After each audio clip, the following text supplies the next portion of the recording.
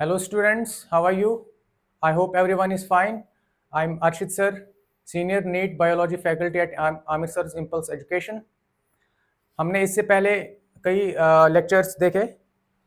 आज हमारा bridge course का थर्ड लेक्चर रहेगा और हम आज प्रोकैरियोटिक सेल्स की हम बात करेंगे। प्रोकैरियोटिक सेल्स किस तरह के सेल्स होते हैं। इससे पहले हमने history and discovery of cells के बारे में उसमें बात की थी और पहला लेक्चर जो था हमारा न्यूट्रिशन एंड इट्स टाइप्स, दोनों लेक्चर्स को एक बार देख के और समझने की कोशिश करो और बाद में उनको नोट्स की फॉर्म में अगर आप कंपाइल करते हैं तो आपके लिए बहुत ही अच्छा हो जाता है वो। सो लेट्स स्टार्ट आज का लेक्चर। ओके, प्रोकैरियोटिक सेल्स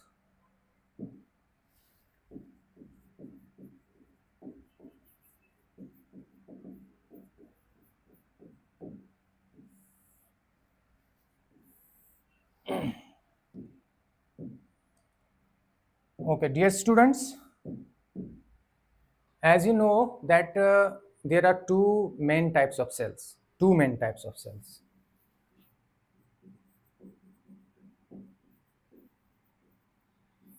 एक को हम प्रोकैरियोटिक बोलते हैं, प्रोकैरियोटिक सेल्स, और एक है यूकैरियोटिक सेल्स। तो हम देखेंगे क्लासिफिकेशन, ये जो हमने देखी इसका बेसिस क्या है, what is the basis of classification. दो प्रकार के सेल्स अगर हमारे पास हैं तो वो किस बेसिस पे हैं। There are three main basis. Number one is organisation of biomembrane.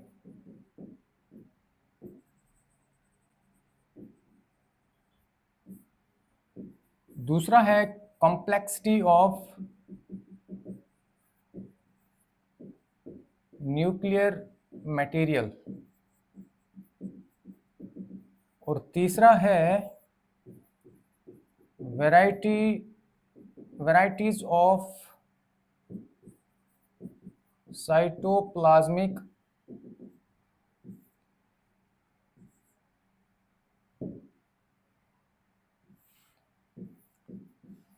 Organelles.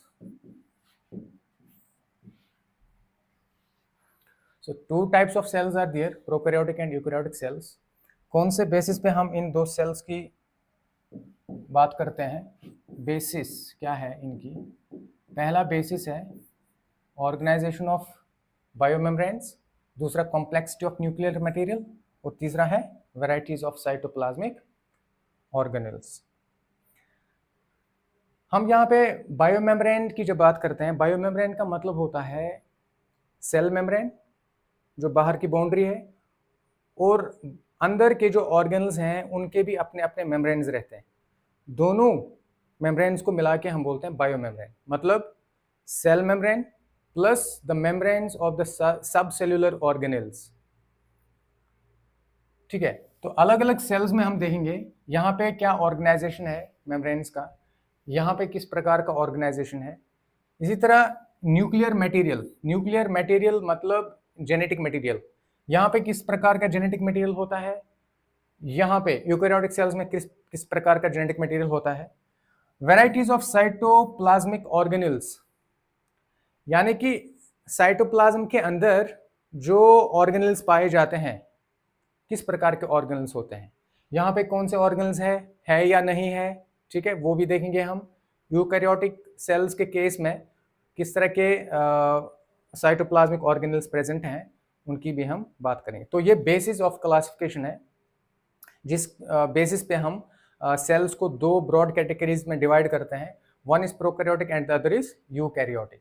तो सबसे पहले हम प्रोकैरियोटिक सेल्स की बात करते हैं। Prokaryotic cells, prokaryotic. ठीक है प्यारे बच्चों, ये जो सेल्स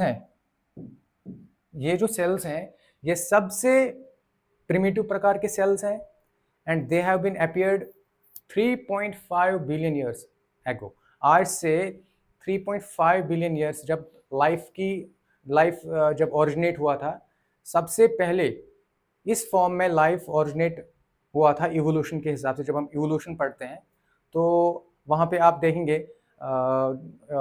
ओरिजिन ऑफ लाइफ कैसे हुआ। सबसे पहले प्रोकैरियोटिक सेल्स ओरिजिनेट हुए थे दुनिया में। ओके, तो 3.5 बिलियन ईयर्स एगो ये बात है।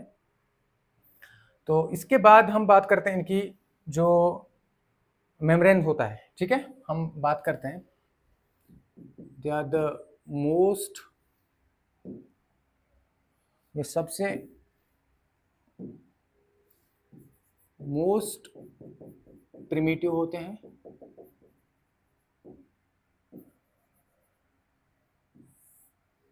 They have been appeared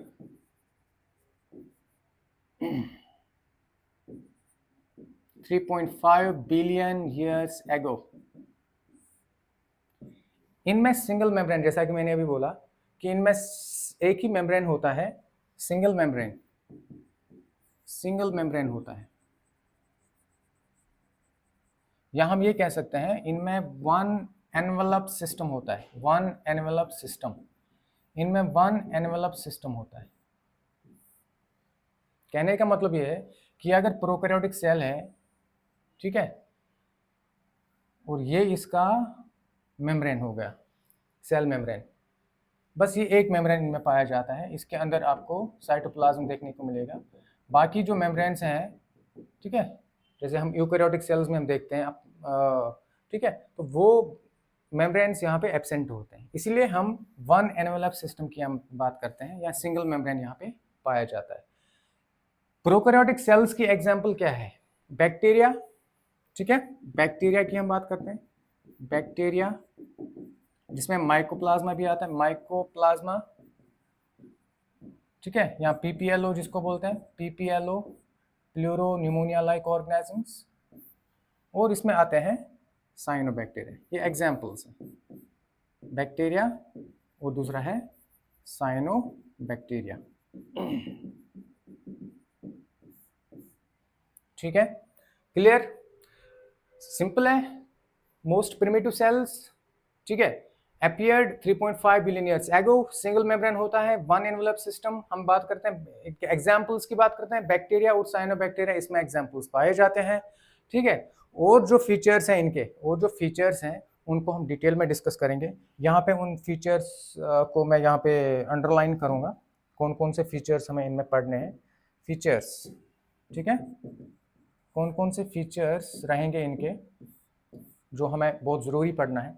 सबसे पहले size and form, size and form, इनकी क्या साइज होती है सेल्स की, और किस प्रकार की शेप होती है।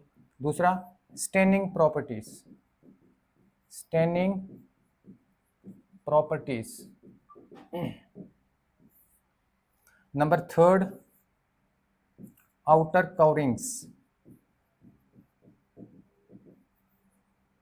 आउटर कवरिंग्स में हम सेल वॉल पढ़ेंगे, स्लाइम लेयर पढ़ेंगे। सबसे बाहर स्लाइम लेयर होगा, स्लाइम लेयर, इसके अंदर सेल वॉल होता है, और सेल वॉल के अंदर सेल मेम्ब्रेन होता है, सेल मेम्ब्रेन।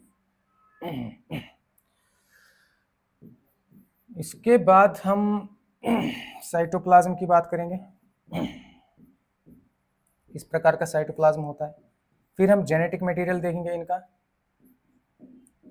जेनेटिक मटेरियल देखेंगे। इसके बाद हम नंबर 6 पे अपेंडेज इनके देखेंगे, और लास्ट में बायोलॉजिकल एक्टिविटीज।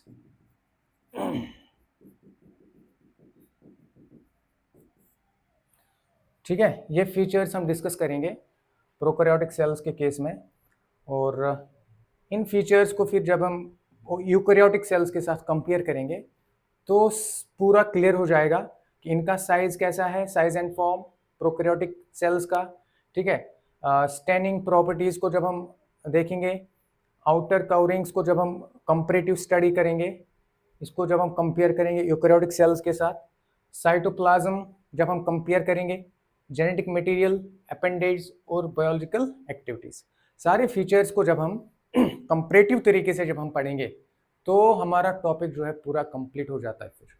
सो एक एक करके हम इनको डिटेल में डिस्कस करेंगे। सबसे पहले साइज एंड फॉर्म की बात करेंगे, साइज एंड फॉर्म। ओके, तो इसको आप लिख डालेंगे जल्दी से।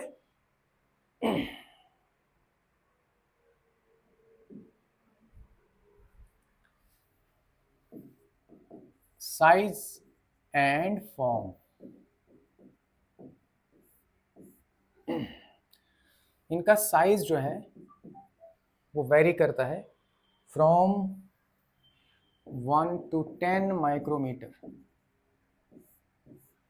इनमें से जो माइकोप्लाज्मा होते हैं, माइकोप्लाज्मा,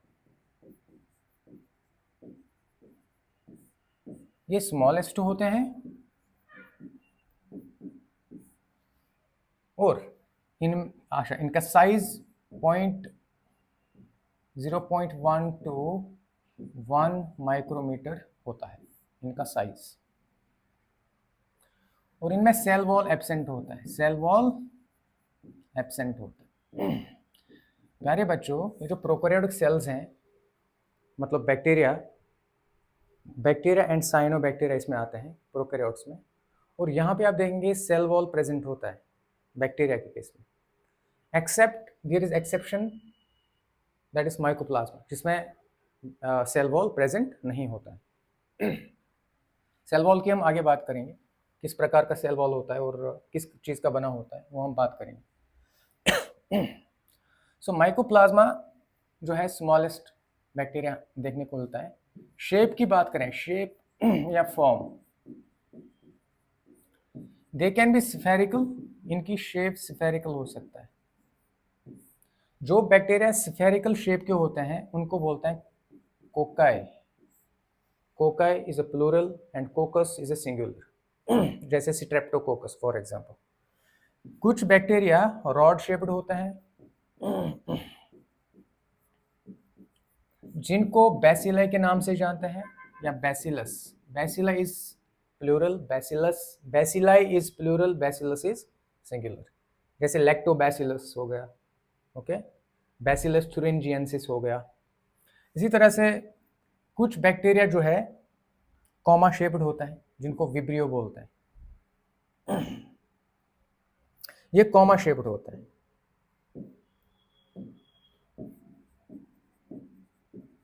कॉमा शेप्ड होता है, जैसे फॉर एग्जांपल विब्रियो। कुछ बैक्टीरिया आप देखेंगे जो हेलिकल होते हैं या स्पाइरल होते हैं, जैसे स्पाइरोचीट्स या spirogyra, spirochetes. Okay, so this is about size and form. हमने क्या देखा, इनका जो साइज है वो वेरी करता है फ्रॉम 1 to 10 माइक्रोमीटर, और माइकोप्लाज्मा जिसका साइज 0.1 to 1 माइक्रोमीटर होता है। माइकोप्लाज्मा में सेल वॉल एब्सेंट होता है, बाकी बैक्टीरिया में सेल वॉल प्रेजेंट होता है। शेप या फॉर्म की बात करें, कुछ स्फेरिकल हो सकते हैं, कुछ रॉड शेप्ड हो सकते हैं, कुछ कॉमा शेप्ड हो सकते हैं, कुछ हेलिकल शेप्ड हो सकते हैं। समझ गए बात को। दूसरा जो फीचर है that is standing properties. Standing properties, दूसरा जो फीचर है that is standing properties. Standing properties, standing properties के बेसिस पे बैक्टीरिया दो प्रकार के होते हैं, दो टाइप्स के होते हैं। One is called as gram positive bacteria and the second one is gram negative bacteria. ये gram positive, gram negative bacteria का मतलब क्या होता है? देखो, एक साइंटिस्ट है जिनका नाम क्रिस्टियन ग्राम है। एक साइंटिस्ट का नाम है क्रिस्टियन ग्राम। उनके नाम पे एक कलर या डाई या हम स्टेन कह सकते हैं, स्टेन बनाया गया जिसको ग्राम स्टेन के नाम से जानते हैं, जिसको बाद में ग्राम स्टेन के नाम से जाना गया। ये ग्राम स्टेन बेसिकली क्या है, ये ग्राम स्टैन जो है ये एक अल्कलाइन सोल्यूशन है, किस चीज का? It is the alkaline solution of crystal violet, crystal violet, alkaline solution of crystal violet या जिलेटिन वायोलेट। ठीक है, ये सोल्यूशन है, बेसिकली एक सोल्यूशन। ठीक है, इसको ग्राम स्टैन के नाम से जानते हैं, साइंटिस्ट के नाम पे इस स्टैन का नाम पड़ा है, इस कलर का नाम। ठीक है, क्रिस्टियन ग्राम इस साइंटिस्ट का नाम था। ठीक है, और इसी स्टैनिंग के बेसिस पे हमारे पास दो प्रकार के बैक्टीरिया हैं, one is called as gram positive, one is called as gram negative. Gram positive वाले ऐसे बैक्टीरिया हैं जो ग्राम स्टैन को रिटेन करते हैं, जो ग्राम जो स्टेन है, कलर जो है, ठीक है, उसको रिटेन करते हैं। और ग्राम नेगेटिव मतलब जो इस कलर को लूज करते हैं। जब हम इनको स्टेन करते हैं इस सोल्यूशन में, जब जब इनको डाला जाता है, ठीक है, कुछ बैक्टीरिया ग्राम स्टेन को रिटेन करते हैं, कुछ बैक्टीरिया ग्राम स्टेन को रिटेन नहीं करते बाद में जब इनको वॉश किया जाता है। कैसे ये प्रोसेस किया जाता है मैं आपको थोड़ा सा, हालांकि आपको इतना डीप बाद में आपको पढ़ना है, बट थोड़ा सा मैं आपको, क्योंकि कॉन्सेप्ट यहाँ पे चल रहा है, सो अगर यहीं पे आपका कॉन्सेप्ट सही तरीके से समझ में आ जाता है तो मेरे ख्याल से वो बेटर है। ठीक है, इस चीज़ को आप राइट डाउन करो। पहले मैं आपको स्टैन के बारे में बताता हूँ।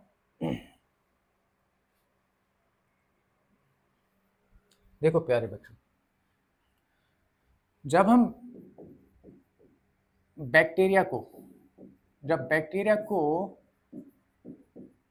ग्राम स्टेन में डाला गया तो कुछ बैक्टीरिया ने ग्राम स्टेन को रिटेन किया, कुछ बैक्टीरिया ने ग्राम स्टेन को लूज किया।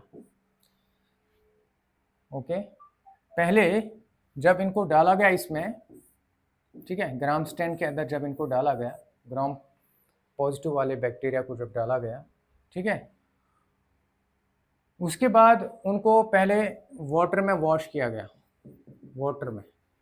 ठीक है, मैंने क्या बोला?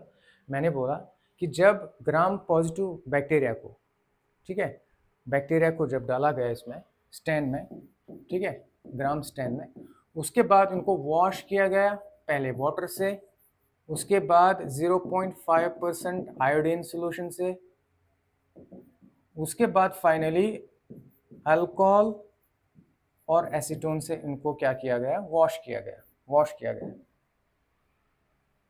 ठीक है, जब इनको वॉश किया गया, इतना वॉश करने के बाद भी जिन बैक्टीरिया ने ग्राम स्टेन को रिटेन किया, जिन बैक्टीरिया ने ग्राम स्टेन को रिटेन किया उनको बोला गया ग्राम पॉजिटिव। समझ गए बात? उनको बोला गया ग्राम पॉजिटिव बैक्टीरिया।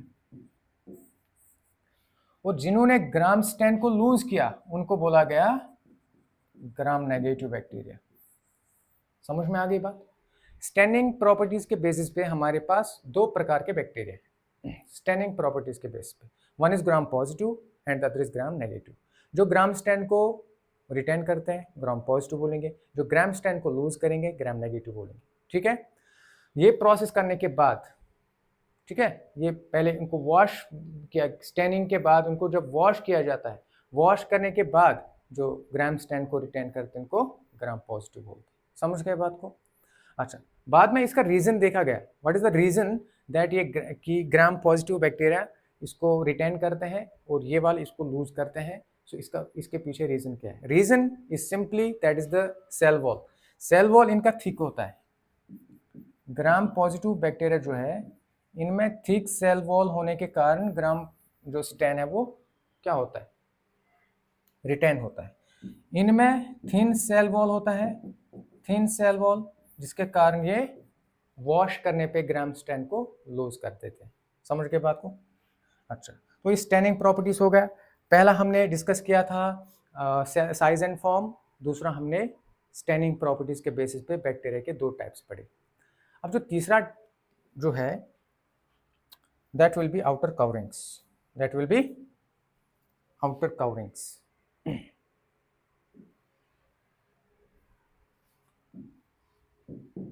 नंबर थर्ड जो फीचर है दैट इज आउटर काउरिंग्स। जो प्रोकैरियोटिक सेल्स होते हैं या बैक्टीरिया जो होते हैं, इनके सबसे बाहर वाली कवरिंग को हम स्लाइम लेयर बोलते हैं। क्या बोलते हैं? स्लाइम लेयर, स्लाइम लेयर, या इसको हम कैप्सूल के नाम से जानते हैं, कैप्सूल, स्लाइम लेयर या कैप्सूल। ठीक है, स्लाइम लेयर क्या है? ये बेसिकली एक कोटिंग है, किस चीज की? एक पॉलीसेकेराइड की एक कोटिंग, जिसको ग्लाइकोकैलेक्स के नाम से जानते हैं। Coating of, outer coating of glycocalyx.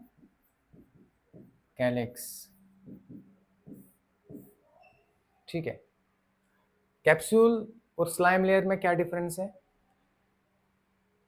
Slime layer thin coating होती है ग्लाइकोकैलेक्स की, वही अगर ग्लाइकोकैलेक्स की कोटिंग अगर ठीक हो जाती है तो उसको बोलते हैं कैप्सूल। तो दोनों में ग्लाइकोकैलेक्स ही यूज होता है, बट इसमें ग्लाइकोकैलेक्स की थिन कोटिंग होती है, इसमें थिक कोटिंग होती है। ठीक है, slime layer is the coating of glycocalyx. If it is thin, if it is thin, ठीक, ठीक है, इसको स्लाइम लेयर बोलेंगे। अगर एक कोटिंग ठीक है तो इसको बोलेंगे कैप्सूल, बोलेंगे इसको कैप्सूल। ओके, स्लाइम लेयर और कैप्सूल जो है, इन बैक्टीरिया को सबसे बाहर वाली कवरिंग बोलते हैं इसको, और ये इनको प्रोटेक्शन करते हैं, डेसिकेशन से बचाते हैं बैक्टीरिया को, इनको डिहाइड्रेशन से बचाते हैं, इनको वायरस से बचाते हैं, एंटीबायोटिक से बचाते हैं, और इनको किसी सरफेस के साथ स्टिक होने में भी इनको हेल्प करता है। सो बहुत बहुत ही इम्पोर्टेंट फंक्शंस हैं इसके। ठीक है, ये इनको हेल्प करता है किसमें? They help them to prevent from desiccation या डिहाइड्रेशन, इनको हेल्प करता है, इनको प्रोटेक्ट करता है वायरसेस से, वायरसेस से, ठीक है, एंटीबायोटिक से इनको प्रोटेक्शन मिलता है, एंटीबायोटिक से, और इनको हेल्प करता है, help them to stick to the surface, किसी सरफेस के साथ स्टिक होने में इनको हेल्प करता है। ओके, ये होगी स्लाइम लेयर की बात या कैप्सूल की बात।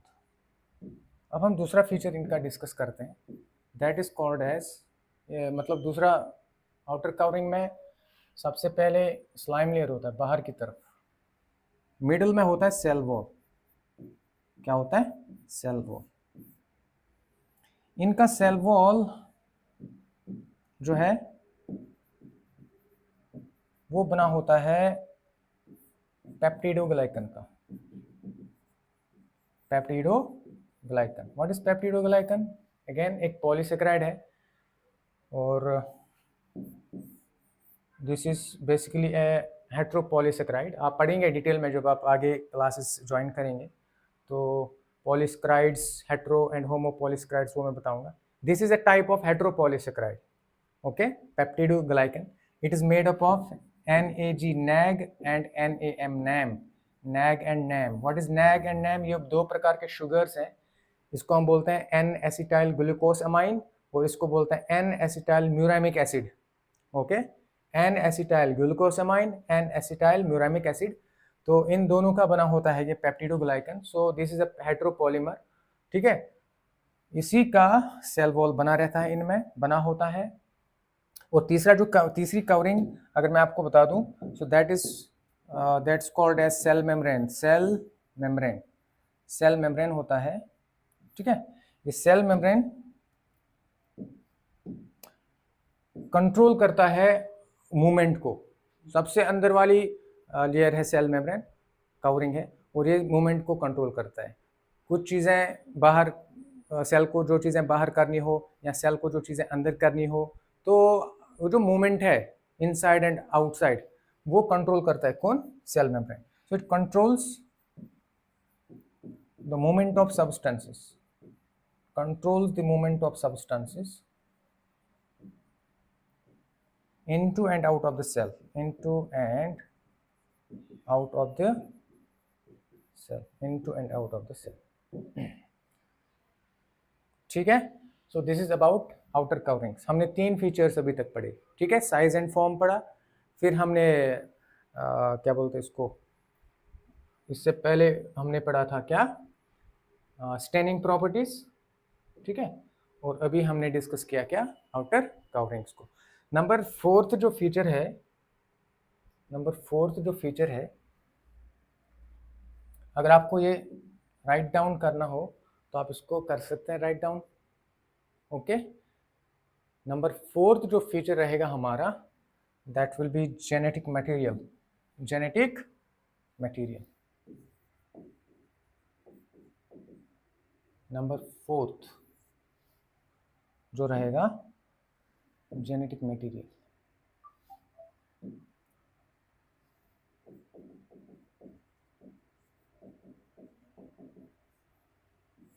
इनका जेनेटिक मटेरियल जो है, मतलब डीएनए. डीएनए जो होता है बैक्टीरिया के केस में, याद रखना ये बहुत ही इंपॉर्टेंट है. डीएनए जो रहता है इनका, it is not enclosed by any membrane. ये किसी मेम्ब्रेन के अंदर इनक्लोज्ड नहीं होता, बिल्कुल नेक्ड होता है, naked. And it lies in the direct contact of the cytoplasm. Cytoplasm के डायरेक्ट कॉन्टैक्ट में रहता है. कहाँ पे रहता है, एक रीजन जहाँ पे डीएनए कॉइल हो जाता है, कॉइल अप हो जाता है, उस रीजन को बोलते हैं न्यूक्लियोइड. क्या बोलते हैं इसको, न्यूक्लियोइड. सो न्यूक्लियोइड एक ऐसा रीजन है जिसमें डीएनए कॉइल्ड अप रहता है, ठीक है, नेक्ड होता है, और साइटोप्लाज्म के डायरेक्ट कॉन्टैक्ट में प्रेजेंट होता है. समझ के बाद, दिस इज इंपॉर्टेंट, क्योंकि इनमें न्यूक्लियर मेम्ब्रेन प्रेजेंट नहीं होता. ये ऐसा फीचर है जिस फीचर के बेसिस पे इनको नाम पड़ा है प्रोकैरियोटिक सेल्स. इसीलिए ये वाला फीचर बहुत ही इंपॉर्टेंट है. प्रोकैरियोटिक, अगर आप नाम जो वर्ड है प्रोकैरियोटिक, कैरियन का मतलब होता है न्यूक्लियस. प्रो मतलब फर्स्ट या अर्ली, प्रोकैरियन मतलब न्यूक्लियस से पहले. इसका क्या मतलब है, न्यूक्लियस से पहले का मतलब ये होता है कि इनमें ट्रू न्यूक्लियस नहीं है. इनमें ट्रू न्यूक्लियस नहीं है. जैसे यूकैरियोटिक सेल्स में न्यूक्लियस होता है, ट्रू न्यूक्लियस, उसमें डीएनए होता है, DNA is enclosed by the membrane, nuclear membrane. Okay, cell के बिल्कुल सेंटर में होता है यूजुअली. लेकिन यहाँ पे ऐसा नहीं है. यहाँ पे मतलब एक प्रिमिटिव प्रकार का न्यूक्लियस होता है, इसलिए इन सेल्स को हम बोलते हैं प्रोकैरियोटिक सेल्स. यूकैरियोटिक सेल्स में ट्रू न्यूक्लियस होता है. अच्छा, यहाँ पे जेनेटिक मटेरियल अगर आप देखेंगे, नेक्ड होता है, not enclosed bye nuclear membrane, and lies directly in contact with the cytoplasm. So write down these points, very important points हैं. DNA is not enclosed. DNA is not enclosed. DNA is not enclosed by any membrane. किसी भी membrane से enclosed नहीं होता, necked होता है. Okay, bracket में आप लिख सकते हैं, नेक्ड होता है, नेक्ड डीएनए, नेक्ड डीएनए. ठीक है. दूसरा, and lies in the direct contact, and lies in the direct contact with the cytoplasm. Cytoplasm के डायरेक्ट कॉन्टैक्ट में देखने को मिलता है, एक रीजन में, helically coiled up in a region, एक ऐसे रीजन में जिसको हम न्यूक्लियोइड के नाम से जानते हैं, nucleoid. This is very important point, nucleoid. Okay, समझ के बात को. इनका जेनेटिक मटेरियल किस प्रकार का होता है. अब ये आप बोलेंगे सर ये तो डीएनए आपने बोला, डीएनए का प्रेजेंस कहाँ पे होता है, न्यूक्लियोइड एक ऐसे रीजन में. लेकिन डीएनए होता कैसा है, डीएनए याद रखना, इनका जो डीएनए होता है हमारी तरह डबल स्ट्रैंडेड होता है, डबल स्ट्रैंडेड होता है. लेकिन डबल स्ट्रैंडेड तो होता है, लेकिन ये हेलिकल होता है. क्या होता है, हेलिकल होता है. और सर्कुलर होता है और एक ही क्रोमोसोम की फॉर्म में होता है, in the form of a single chromosome. हमारे केस में अगर ह्यूमन सेल्स की बात करें, ठीक है, सोमैटिक सेल्स डिप्लॉयड होती है, उनमें 23 पेयर्स ऑफ क्रोमोसोम्स होते हैं, 46 क्रोमोसोम। यहाँ पे सिर्फ ये डीएनए जो है एक क्रोमोसोम की फॉर्म में होता है, सिंगल क्रोमोसोम की फॉर्म पे में होता है। इस सिंगल क्रोमोसोम के को हम बोलते हैं क्या, pro chromosome, called pro chromosome, pro chromosome, pro chromosome, pro chromosome, या इसको जीनोफोर भी बोलते हैं, जीनोफोर। ठीक है, कुछ बैक्टीरिया अगर आप देखेंगे, कुछ बैक्टीरिया में इस क्रोमोसोम या इस डीएनए के अलावा एक्स्ट्रा क्रोमोसोमल डीएनए भी पाया जाता है। वो जो एक्स्ट्रा क्रोमोसोमल डीएनए होता है, स्मॉल होता है, सर्कुलर होता है, ठीक है, और उसको प्लाज्मिड के नाम से जानते हैं। This is very important point, plasmid. What is plasmid? Plasmid ये बैक्टीरिया के केस में आपको मिलेगा, extra chromosome, small circular extra chromosomal, extra chromosomal material, small circular extra chromosomal material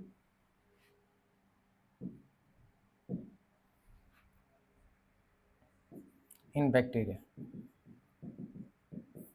okay, ठीक है, सिंपल है, ठीक है। जेनेटिक मटेरियल इनमें डीएनए होता है और डीएनए एक it's not enclosed by any membrane, naked होता है, डायरेक्ट कांटेक्ट में रहता है साइटोप्लाज्म के एक रीजन में रहता है जिसको हम न्यूक्लियोइड के नाम से जानते हैं। डीएनए डबल स्ट्रैंडेड होता है, हेलिकल होता है या सर्कुलर होता है। एक सिंगल क्रोमोसोम की फॉर्म में पाया जाता है जिसको हम प्रोक्रोमोसोम बोलते हैं या जिसको जीनोफोर बोलते हैं। प्लाज्मिड क्या होता है, ठीक है, इस क्रोमोसोम के अलावा, इस डीएनए के अलावा इसमें एक्स्ट्रा क्रोमोसोमल मटेरियल होता है जिसकी सिग्निफिकेंस अलग है, ठीक है, इसका रोल अलग है, ये जेनेटिक मटेरियल का काम करता है। ये प्लाज्मिड जो है, प्लाज्मिड, इसकी सिग्निफिकेंस अलग है। ओके, ये प्लाज्मिड भी होता है, क्या है, डीएनए का ही एक फॉर्म है, small circular extra chromosomal material in bacteria. ठीक है, समझ गए बात? I hope you understand. Next feature की हम बात करेंगे, इसको आप राइट डाउन कर लो।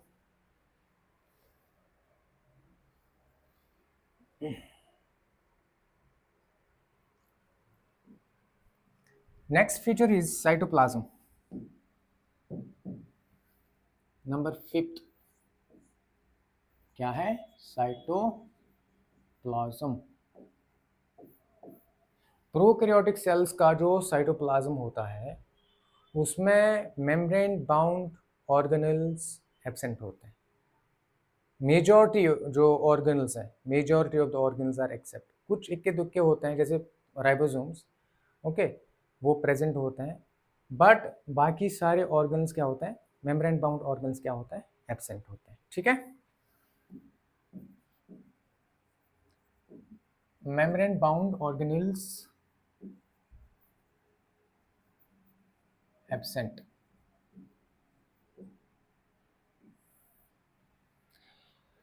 साइटोप्लाज्म के अंदर प्रेजेंट होते हैं, उनको सेल इंक्लूजन्स बोलते हैं, सेल इंक्लूजन।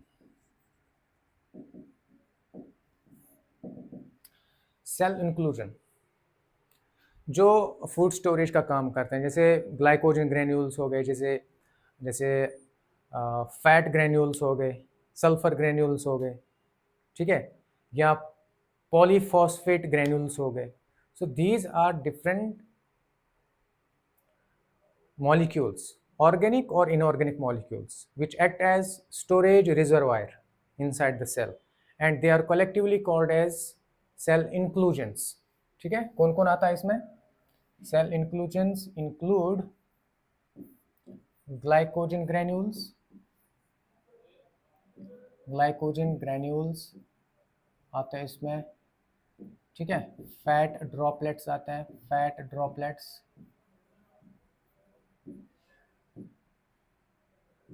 इसमें सल्फर ग्रेन्यूल्स आते हैं, इसमें पॉली सल्फेट ग्रेन्यूल्स आते हैं, पॉलीसल्फेट ग्रेन्यूल्स। ठीक है, ये रिजर्व फूड मटेरियल को क्या करते हैं, स्टोर करते हैं, स्टोरेज का काम करते हैं, storage of reserve food material, reserve food material को स्टोर करने में मटेरियल। ओके,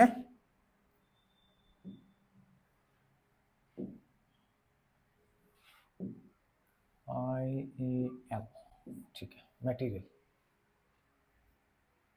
इसके अलावा इनमें क्या पाया जाता है, साइटोप्लाज्म के अंदर एंजाइम्स होते हैं। क्या होते हैं, enzymes. Okay,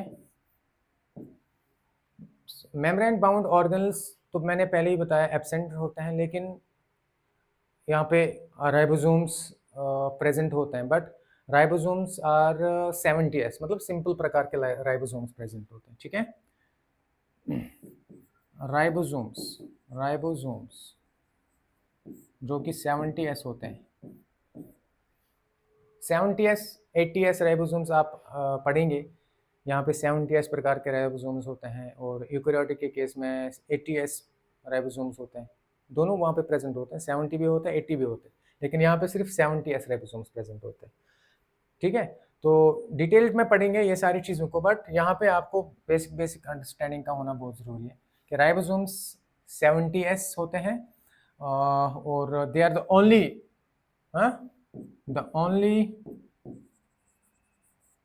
organelles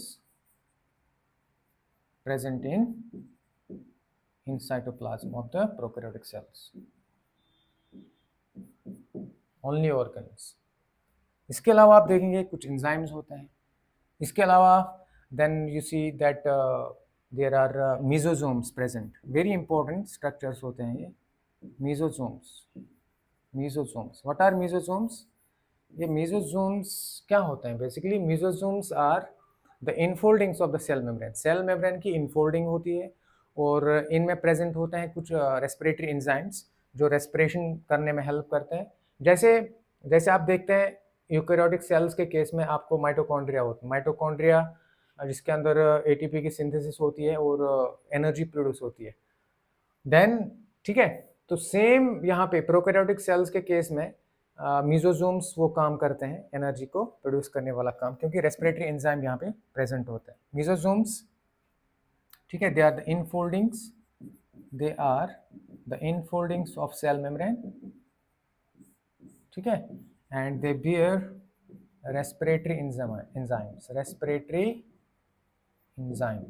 respiratory enzymes में प्रेजेंट होते हैं। समझ के बाद क्लियर? ओके।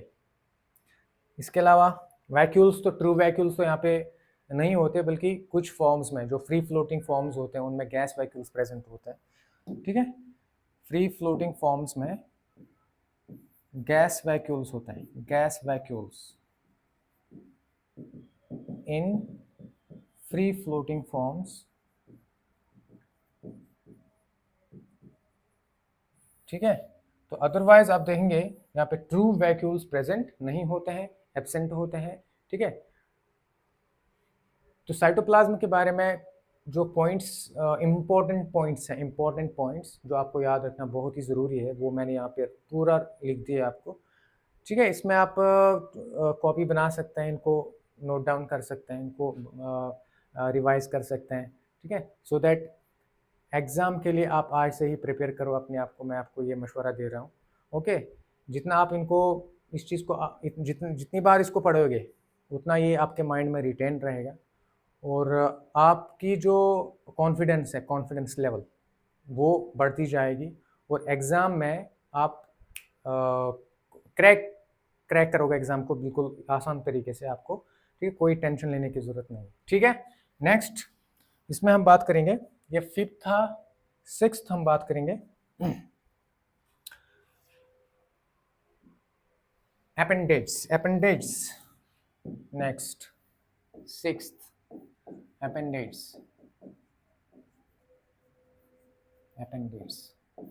किस प्रकार के अपेंडेज होते हैं बैक्टीरिया के केस में?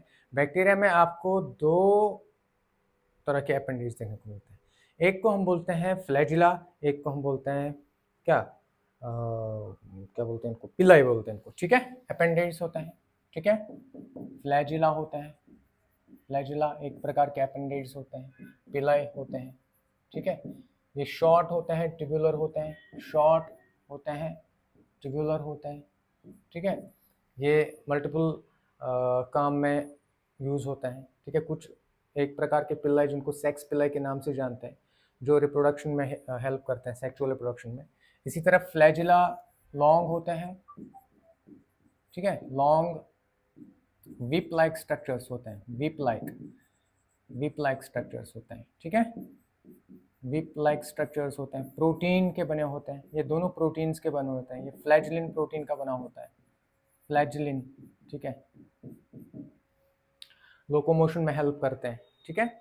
और these are the types of appendage that you see in bacteria. इसी तरह से आप देखेंगे इनमें जो लास्ट फीचर जो मैंने आपको बताया था, that is what, that is called as number 7th feature जो था, that was called as biological activities.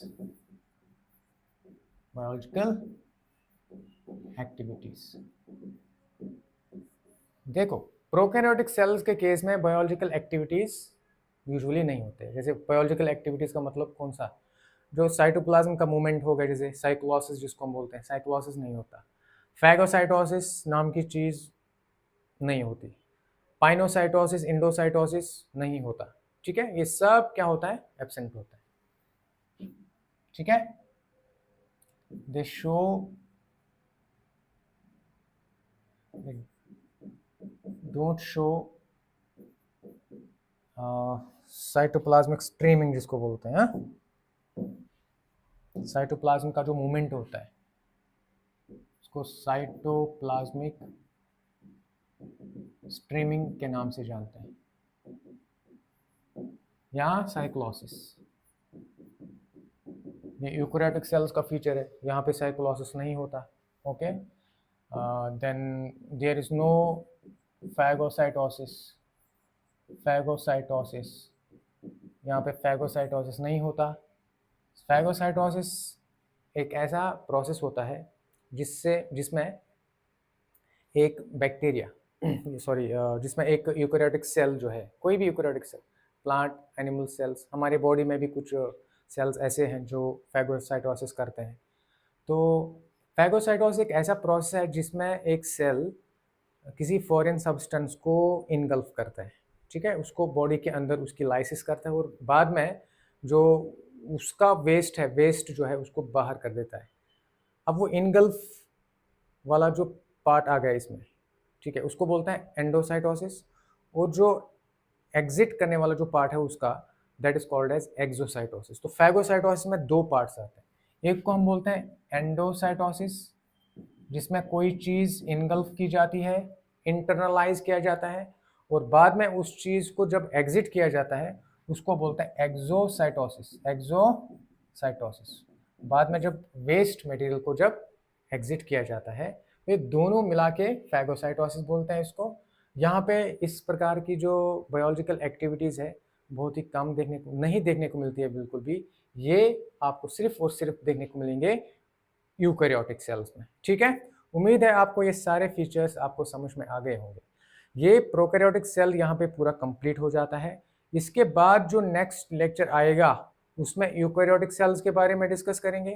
तो ये जो फीचर्स हैं ये उनके साथ जब कंपेयर हो जाएंगे, क्या हो जाएंगे, कंपेयर हो जाएंगे, एक कंपैरेटिव स्टडी के तौर पे जब आप इस चीज़ को पढ़ेंगे तो कभी नहीं भूलेंगे।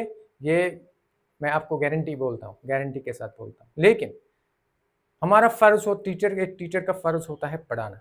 बाद में फिर उसको स्टूडेंट कैसे उससे फ़ायदा लेता है वो उस पर डिपेंड है, ओके। क्योंकि सक्सेस जो है it is not a one way process.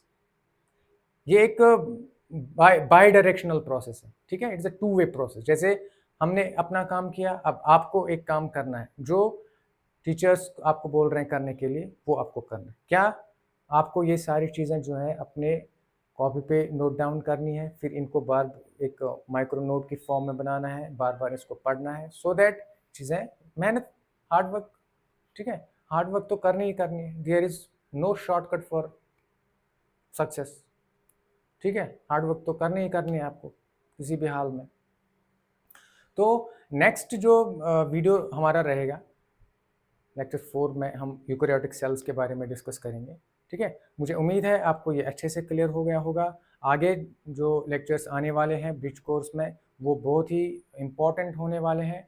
आपके 11th वाला जो आपका जो कोर्स है उसके साथ वो कनेक्ट कर होंगे, और इसीलिए ज़्यादा से ज़्यादा आप कोशिश करो ये चीज़ों को समझने की, पढ़ने की, ओके, और मेहनत करो। I wish you best of luck for your upcoming session and upcoming exams. Thank you very much.